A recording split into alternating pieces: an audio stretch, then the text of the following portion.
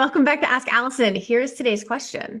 I know networking is one of the most powerful ways to build your practice. Who is the most important profession to connect with? PCPs, psychiatrists, other therapists, or something I'm not thinking of? Thanks. Love this question. Love networking. First, I want to thank TherapyNotes for sponsoring Ask Allison. They are the #1 rated electronic health record system available today with live telephone support 7 days a week. It's clear why TherapyNotes is rated 4.9 out of 5 stars on Trustpilot and has a 5-star rating on Google. TherapyNotes makes billing, scheduling, note-taking, and telehealth incredibly easy. And all you prescribers out there, yes, they do offer e-prescribe. If you're coming from another EHR, TherapyNotes makes the transition incredibly easy, importing your demographic data free of charge so you can get going right away. Find out what more than 100,000 other mental health professionals already know. Use promo code ABUNDANT at therapynotes.com for 2 free months. So networking is absolutely the most powerful way to build your practice in my many years of experience, yes. But who to network with isn't universally effective across niches. Let's say, for instance, your niche is anxious women who overfunction and put themselves last. Networking with other therapists who are growing their practice isn't going to be as effective as it is for somebody who niches in eating disorders, for instance. Most therapists would see the overfunctioning woman as within their scope, whereas most therapists would refer out the clients with eating disorders.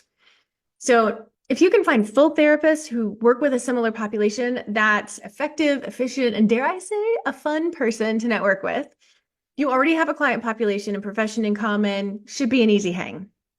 If your niche is perinatal mood disorders, you're going to have great referral partners and midwives, lactation consultants, doulas, OBs that therapists with other niches wouldn't need to talk to.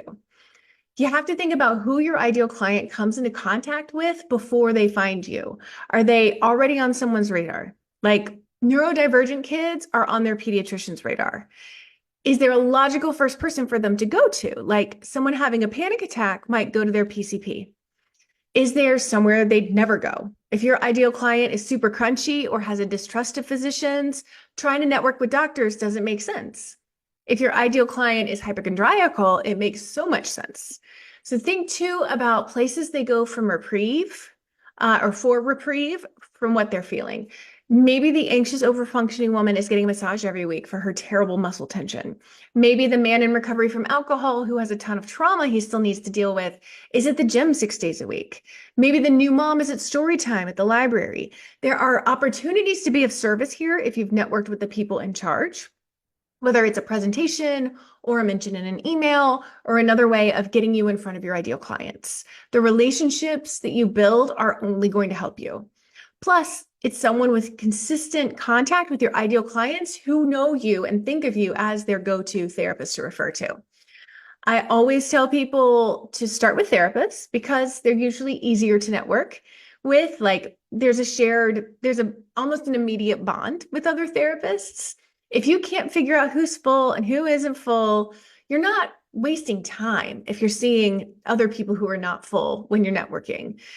Consider it practice and certainly better than nothing while you're finding other people to network with. But you're also potentially building this relationship with someone they're building at the same time as you, sure, but a few months down the line, one or both of you are going to be full and you can be referring to each other back and forth, whoever gets full first. You know what I mean? Networking involves what you're already really good at.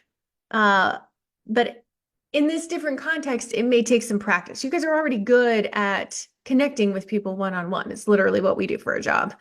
And that's all you have to do in your networking, just less clinical. So practice with therapists. Therapists are pretty great one-on-one. Today's free worksheet is who to network with. It's going to help you think through these things. You can get that by sending me a message with the word sheets, as in worksheets, and I'll send you a link to every one of our free worksheets. And that way you can just dive into this one and many others. All right, have a really great day.